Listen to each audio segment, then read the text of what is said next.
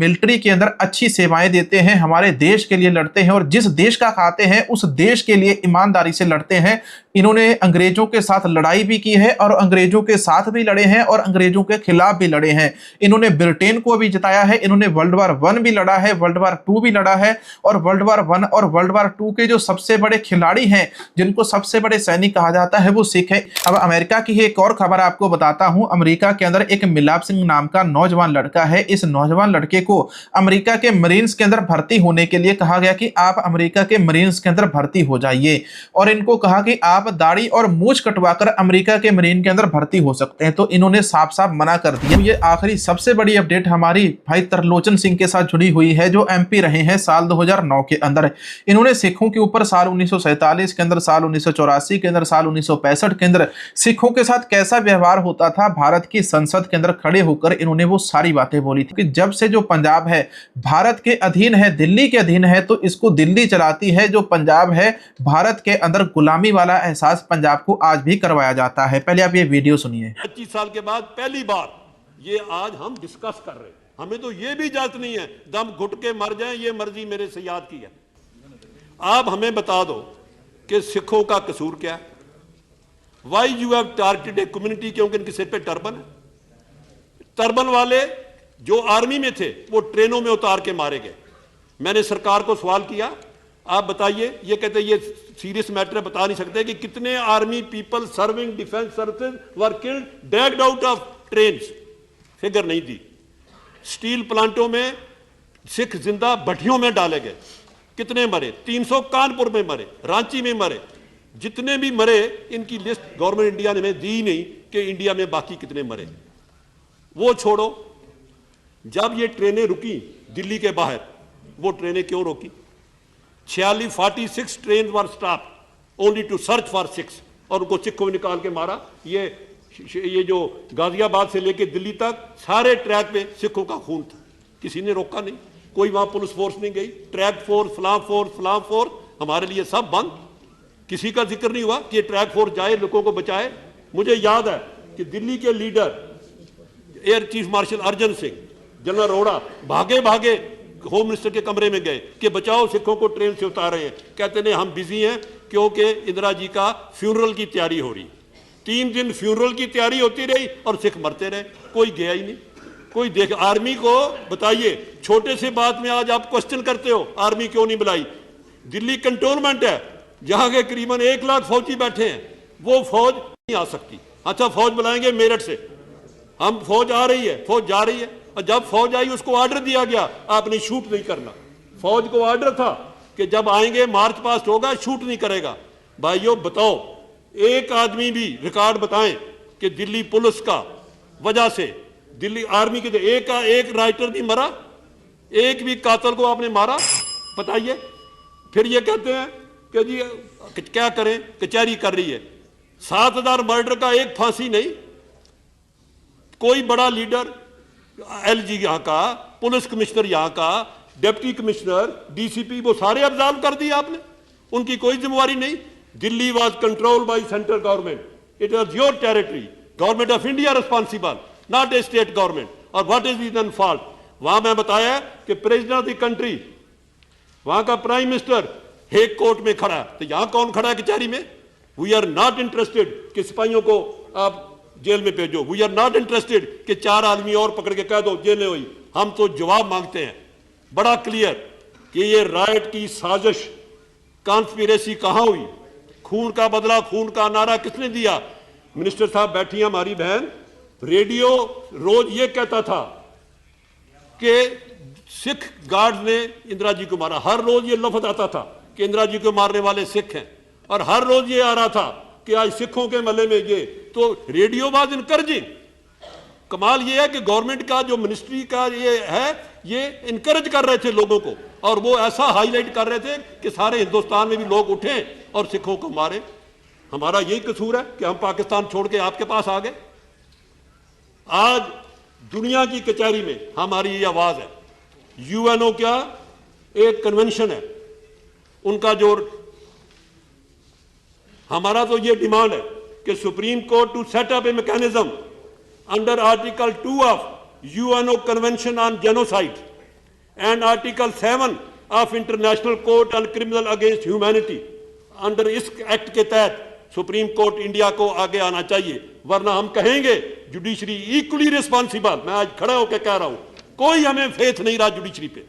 जिस जुडिशरी ने आज तक, जहां किसी और स्टेट में हो तो हर रोज जुडिशरी के जलसा, हर रोज जुडिशरी की एक्टिविज्म, और यहां क्या हो गया? एक इनकाउंटर के लिए वहां आईजी पुलिस जेल में, यहां 4000 मरे, एक डीसीपी भी नहीं।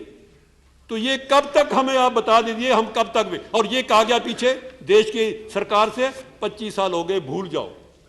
ज्यूज को मारा गया 1943-44 में। पिछले महीने मैंने पढ़ा है कि इजराइल वाले ढूंढ ढूंढ के ला रहे हैं 95 year old general, 90 years old वो जो जर्मन के जर्नैल थे जिन्होंने ज्यूज को मारा, आज भी पकड़े जा रहे हैं, आज भी उनको खिलाफ ट्रायल हो रहा है। हमें कहते हो 25 साल में भूल जाएं? भाइयों, सिख धर्म तो एक बात क्लियर है, हम कभी हमारी जो अरदास है ना, डेली प्रेयर करते हैं, वो हमारा हिस्टोरिकल रिकॉर्ड है। उसमें हम जब अरदास करते हैं, बोलते हैं कि हमारे साथ क्या क्या जुल्म हुई है, कहाँ कहाँ हमारे साथ किया गया, ये उसी अरदास का वह हिस्सा है।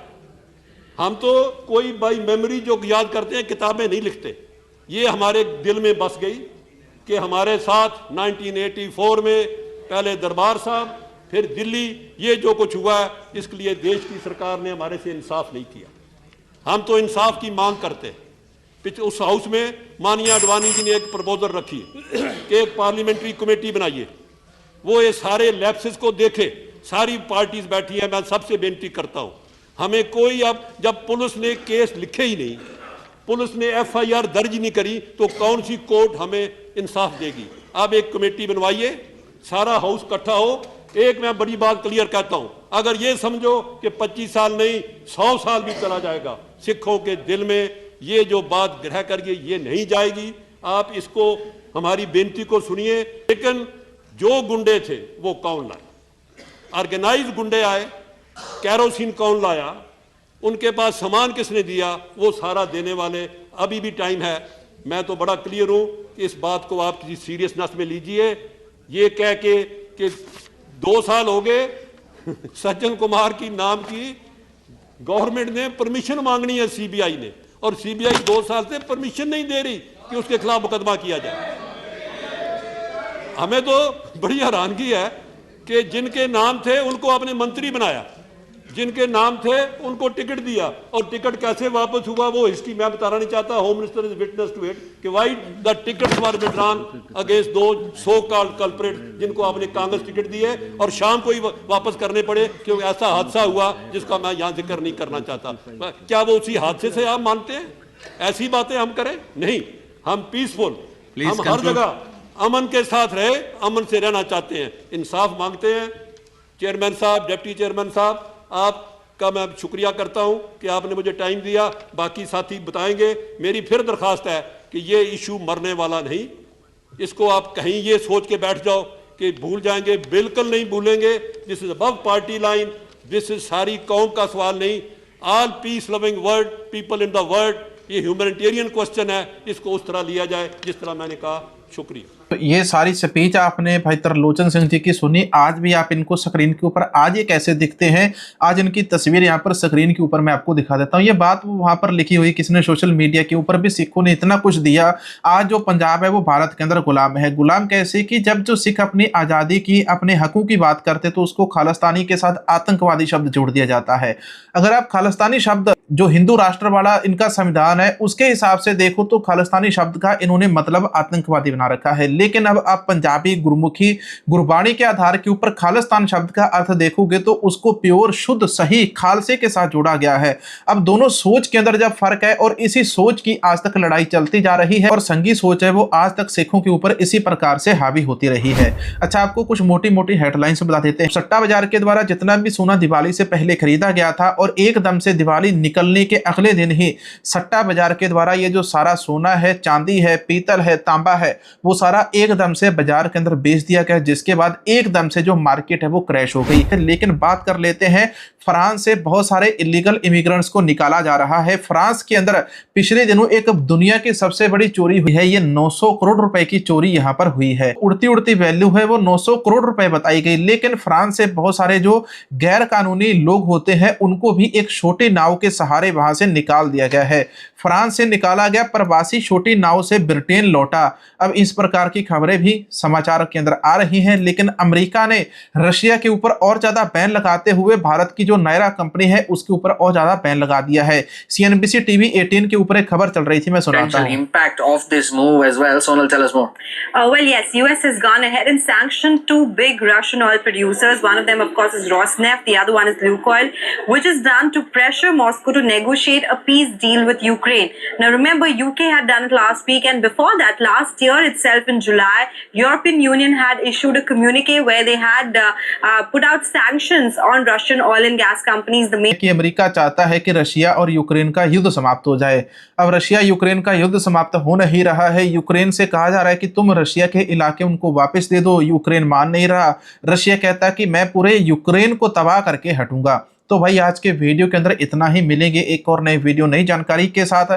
चैनल को सपोर्ट जरूर करना। बहुत जल्द दीपक फौजी भाई के साथ हम एक नया लाइव सेशन लेकर आने वाले हैं। वीडियो के नीचे एक छोटा सा सुपर थैंक्स डोनेट कर देना। चैनल की मेंबरशिप जरूर ले लीजिए। वाहेगुरु जी का खालसा, वाहेगुरु जी की फतेह।